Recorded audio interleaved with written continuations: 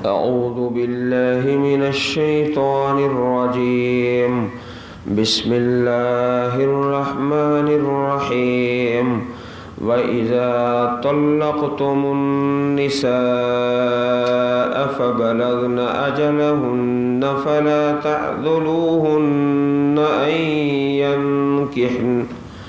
أن ينكحن أزواجهن إذا تراضوا بينهم بالمعروف ذلك يوعظ به من كان منكم يؤمن بالله واليوم الآخر ذلكم أزكى لكم وأطهر والله يعلم وأنتم لا تعلمون.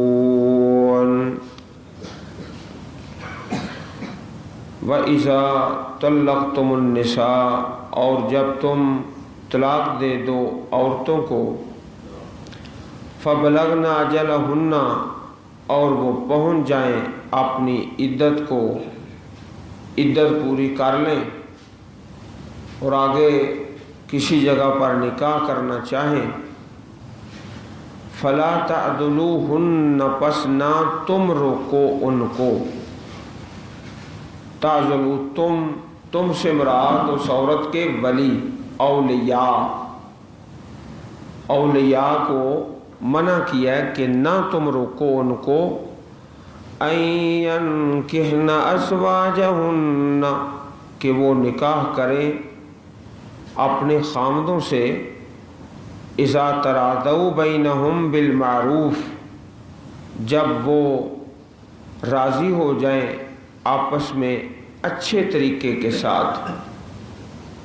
اگر ایک عورت کو طلاق ہو چکی، بعد میں کسی مقام پر وہ عورت اپنے پہلے خامد سے نکاح کرنا چاہتی ہے، خامد کا بھی رجوع ہے، دونوں چاہتے ہیں کہ اب ہم اکٹھے زندگی بسر کریں گے، تو بعض اوقات ایسا ہوتا ہے کہ عورت کے ولی، اس کے گھر والے، باپ، بھائی، وہ غصے میں آ جاتے ہیں کہ اس پہلا خامن جو ہے عورت کا، اس سے نکاح نہیں کرتے اس عورت کا، غصے میں، ناراضگی میں، لڑائی میں.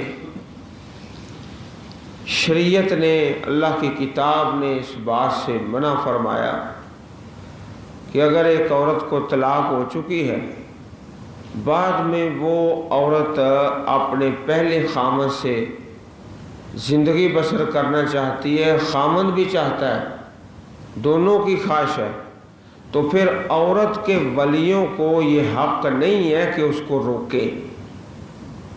عورت کا بھائی ہے، اس کا باپ ہے، بلکہ نکاح کرنے دے پہلے ہی خامد سے. فَلَا تَعْضُلُوهُنَّ، پس نہ تم روکو عورت کے اولیاء، عورت کے ولی. حضرت ماقل بن یسار رضی اللہ تعالیٰ عنہ فرماتے ہیں کہ میں نے اپنی بہن کا نکاح ایک شخص سے کیا، اس نے اسے طلاق دے دی. جب عدت گزر گئی تو وہ دوبارہ نکاح کا پیغام لے کر آیا. میں نے اس سے کہا کہ میں نے تمہارا نکاح کیا، اسے تمہاری بیوی بنایا اور تمہاری عزت افزائی کی، مگر تم نے اسے طلاق دے دی. اب تم پھر اس سے نکاح کا پیغام لے کر آ گئے ہو. اللہ کی قسم وہ تمہارے پاس کبھی نہیں آ سکتی. اس شخص میں کوئی برائی نہیں تھی اور میری بہن بھی اس کے پاس جانا چاہتی تھی، لیکن میں ماننے تھا، رکاوٹ تھا. تو اللہ تعالیٰ نے اس وقت یہ آیت نازل فرمائی، فَلَا تَعْضُلُوهُنَّ أَن يَنكِحْنَ أَزْوَاجَهُنَّ، تو انہیں اس سے نہ روکو کہ وہ اپنے خامدوں سے نکاح کر لیں. تو میں نے کہا ہے اللہ کے رسول، اب میں نکاح کر دوں گا. الغرض انہوں نے اپنی بہن کا نکاح اس شخص سے کر دیا. صحیح البخاری کتاب النکاح باب من قالا لا نکاح الا بولی، حدیث نمبر 5130۔ یہ جو الفاظ ہیں اللہ کی کتاب کے، فلا تعضلوہن، پس نہ تم روکو، ان لفظوں سے یہ مسئلہ واضح ہو رہا ہے کہ اگر ایک عورت مطلقہ ہے وہ بھی اپنی مرضی سے اپنا نکاح دوبارہ نہیں کر سکتی جب تک کہ اس کا ولی اجازت نہ دے۔ جس طرح ایک باکرہ عورت ہے، کنواری لڑکی، اس کا حکم ہے کہ وہ ولی کے بغیر نکاح نہیں کر سکتی، اسی طرح جو مطلقہ ہے یا جس کا خامند فوت ہو چکا ہے وہ بھی ولی کے بغیر اپنا نکاح نہیں کر سکتی۔ نبی اکرم صلی اللہ علیہ وسلم کا پیارا فرمان ہے، کوئی عورت کسی عورت کا نکاح نہ کرے اور نہ کوئی عورت اپنا نکاح خود کرے، کیونکہ وہ عورت زانیہ ہے جو اپنا نکاح خود کرتی ہے۔ سنن ابن ماجہ کتاب النکاح باب لا نکاح الا بولی، حدیث نمبر 1882۔ اذا تراضوا بینہم بالمعروف، جب وہ راضی ہو جائیں آپس میں اچھے طریقے سے، اگر وہ عورت پہلے ہی خامد سے دوبارہ نکاح کرنا چاہتی ہے تو اے اولیاء، عورت کے ولی، تم مت روکو، نکاح کرنے دو۔ ذالک یوعظ بہ من کان منکم یؤمن باللہ والیوم الآخر، یہ واعظ کیا جاتا ہے من کانا منکم، جو تم میں سے ایمان رکھتا ہے اللہ تعالیٰ پر اور آخرت کے دن پر۔ ذالکم ازکا لکم، یہ زیادہ ستھرا ہے، ازکا زیادہ صاف ہے، واطہر اور زیادہ پاکیزہ ہے۔ اللہ تعالیٰ کے جو احکامات ہیں بڑے صاف اور بڑے پاکیزہ۔ واللہ یعلم وانتم لا تعلمون، اور اللہ تعالیٰ جانتے ہیں اور تم نہیں جانتے۔ یہ تو طلاق کے مسائل تھے جو اللہ رب العزت نے بیان فرمائے۔ اس کے ساتھ ہی اب مسئلہ رضاعت بیان کیا گیا، دودھ پلانے کا مسئلہ، رضاعت کے مسائل۔ والوالدات يرضعن أولادهن حولين كاملين لمن أراد أن يتم الرضاعة وعلى المولود له رزقهن وكسوتهن بالمعروف لا تكلف نفس إلا وسعها لا تضار والدة بولدها ولا مولود له بولده وعلى الوارث مثل ذلك فإن أرادا فصالا عن تراض منهما وتشاور فلا جناح عليهما وإن أردتم أن تسترضعوا أولادكم فلا جناح عليكم إذا سلمتم ما آتيتم بالمعروف واتقوا الله واعلموا أن الله بما تعملون بصير۔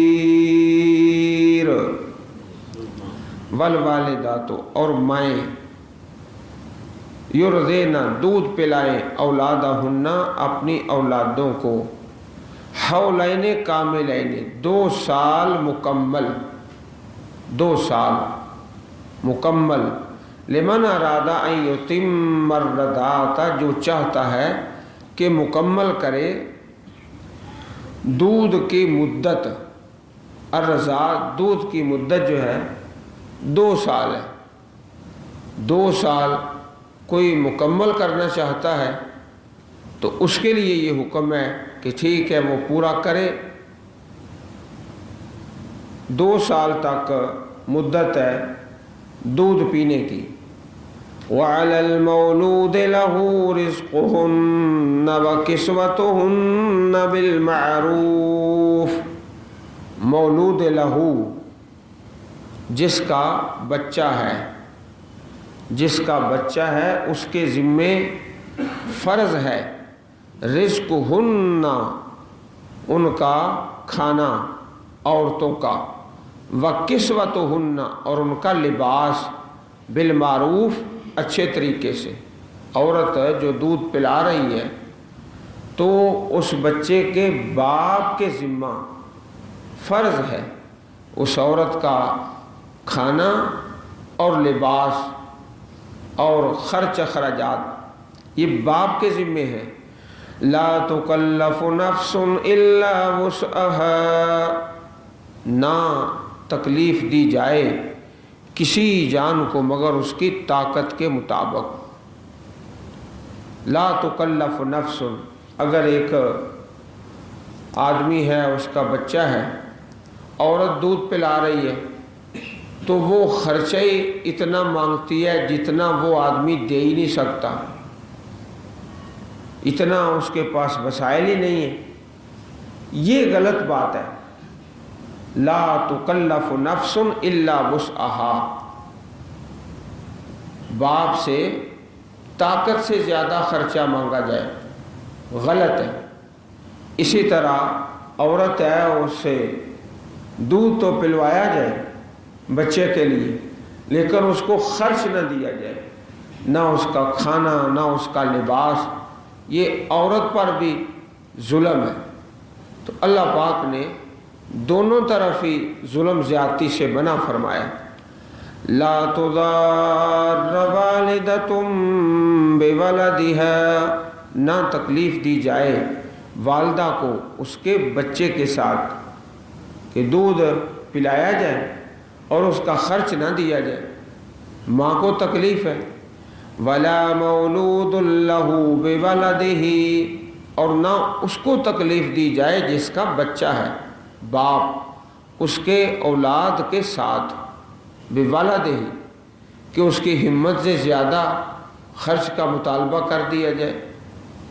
وعلى الوارث مثل ذلك، اور وارث پر بھی اسی طرح ہے۔ تو یہاں وارث سے مراد ہے کہ ایک آدمی جس کا بچہ ہے وہ فوت ہو جاتا ہے، آدمی جو بچے کا باپ ہے فوت ہو گیا، اب جو اس کے وارث ہیں ان کے ذمہ ہے کہ اس دودھ پلانے والی عورت کو خرچ دے، وراثت سے، میراث سے، خود تو فوت ہو چکا ہے تو اسی کی وراثت سے اس عورت کو جو اس کے بچے کو دودھ پلا رہی ہے اس کا خرچ دیا جائے۔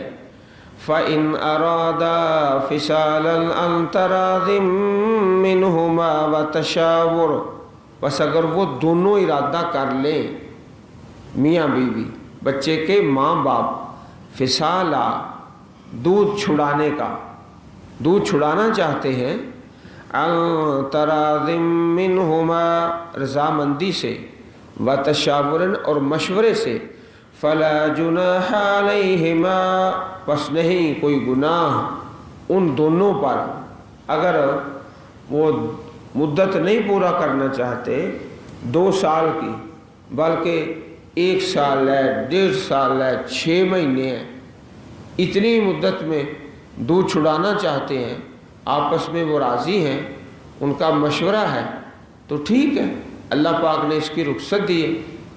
4 مہینے ہیں، 2 مہینے ہیں، 1 مہینہ ہے، 10 مہینے ہیں، 1.5 سال ہے، جب چاہیں وہ دودھ چھڑا دیں۔ زیادہ سے زیادہ جو مدت ہے وہ 2 سال ہے، کچھ لوگ 2.5 سال کی مدت بناتے ہیں، اس کا ثبوت نہیں ہے قرآن مجید میں اور احادیث مبارکہ میں، 2 سال کا ہی ثبوت ہے۔ اور اگر اس سے پہلے چھڑانا چاہیں بیوی خامن اپنی رضامندی اور مشورے سے تو یہ جائز ہے، فلا جناح، کوئی گناہ نہیں ان دونوں پر۔ وَإِنْ أَرَدْتُمْ أَن تَسْتَرْضِعُوا أَوْلَادَكُمْ فَلَا جُنَاحَ عَلَيْكُمْ، اور اگر تم ارادہ کرو کہ دودھ پلواؤ اپنی اولادوں کو کسی دوسری عورت سے دودھ پلانا چاہتے ہو تو ٹھیک ہے، یہ بھی جائز ہے، اللہ پاک نے اس کی رخصت دی ہے۔ فلا جناح علیکم، کوئی گناہ نہیں تم پر، اذا سلمتم، جب تم ادا کر دو ما آتیتم، جو تم نے دیا، بالمعروف، معروف اچھے طریقے سے، اس عورت کی جو اجرت ہے دودھ پلانے کی وہ ادا کر دو اچھے طریقے کے ساتھ، احسن انداز کے ساتھ، تو پھر یہ جائز ہے۔ اور اگر تم اجرت ہی نہیں دے رہے ہو اس عورت کو جس سے دودھ پلوا رہے ہو تو یہ تو بالکل ہی غلط ہے۔ اذا سلمتم ما آتیتم بالمعروف، جب تم ادا کر دو جو تم نے دیا اچھے طریقے سے تو ٹھیک ہے، اللہ تعالیٰ نے اس کی بھی رخصت دی ہے۔ واتقوا اللہ، اللہ سے ڈرتے رہو، دودھ پلانے میں، دودھ چھڑانے میں، اور اس خرچ میں، اور اس لباس میں، ہر معاملے میں اللہ سے ڈرتے رہو۔ نکاح کے مسائل میں، طلاق کے مسائل میں، دودھ پلانے کے مسائل میں، روزہ میں، حج میں، قربانی میں، ہر چیز میں اصل بنیاد تقوی ہے، تقوی۔ وَاعْلَمُوا، اور جان لو، ان اللہ بما تعملون بصیر، بے شک اللہ تعالیٰ جو تم کرتے ہو بصیر، اس کو دیکھنے والا ہے، خوب دیکھنے والا ہے۔ عزیز بھائیوں، تمام مسائل کی جو اصل ہے وہ تقوی ہے۔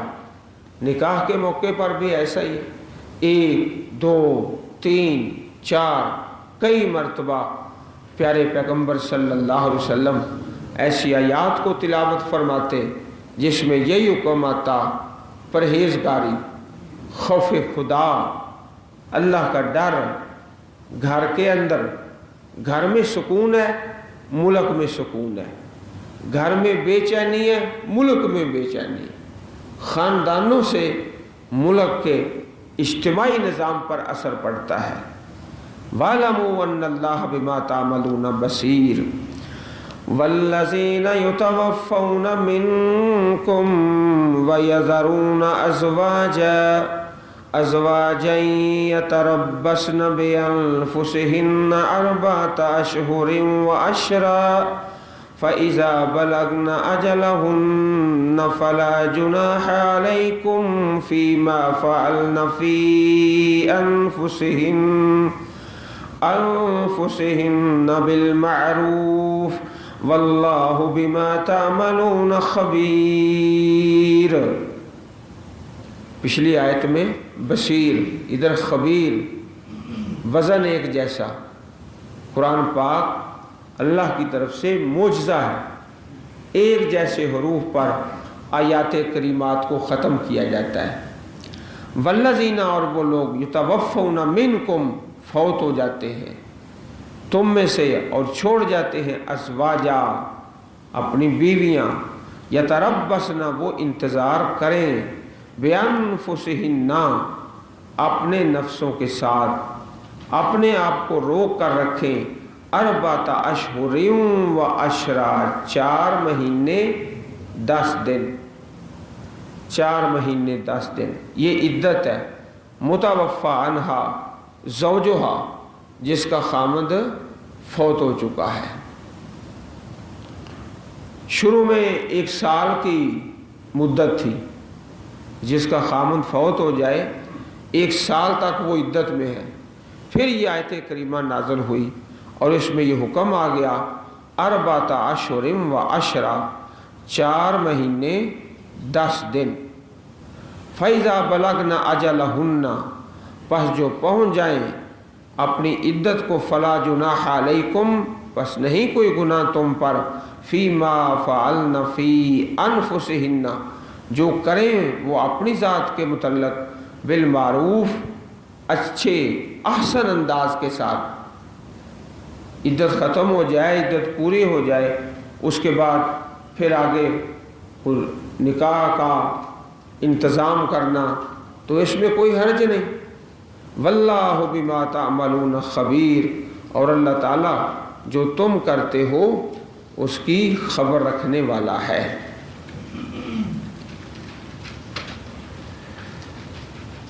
حدیث ہے جامع ترمذی میں، بروہ بنت واشق رضی اللہ تعالی عنہ کی خامد صحبت سے پہلے ہی فوت ہو گئے، نکاح ہوا، ابھی بیوی خامد جمع نہیں ہوئے، خامد فوت ہو گیا، تو رسول اکرم صلی اللہ علیہ وسلم نے اس کے بارے میں فیصلہ فرمایا کہ اسے پورا مہر ملے گا، حق مہر پورا، اسے عدت گزارنا ہوگی، اور اسے میراث میں سے بھی حصہ ملے گا، حق مہر پورا، عدت بھی پوری، اور وراثت سے بھی پورا حصہ۔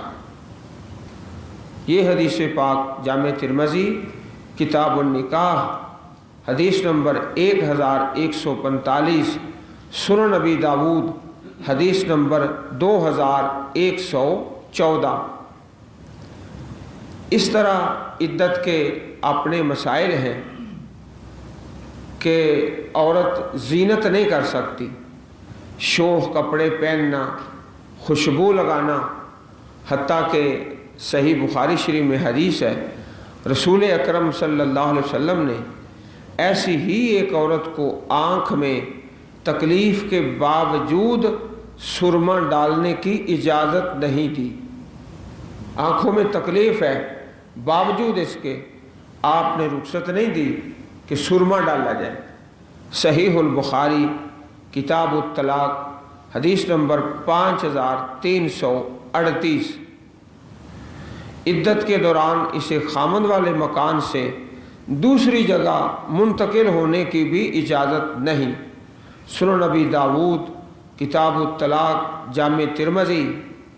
اب اللہ تعالیٰ کے احکامات پر عمل کرنے کا سوچنا چاہیے نا۔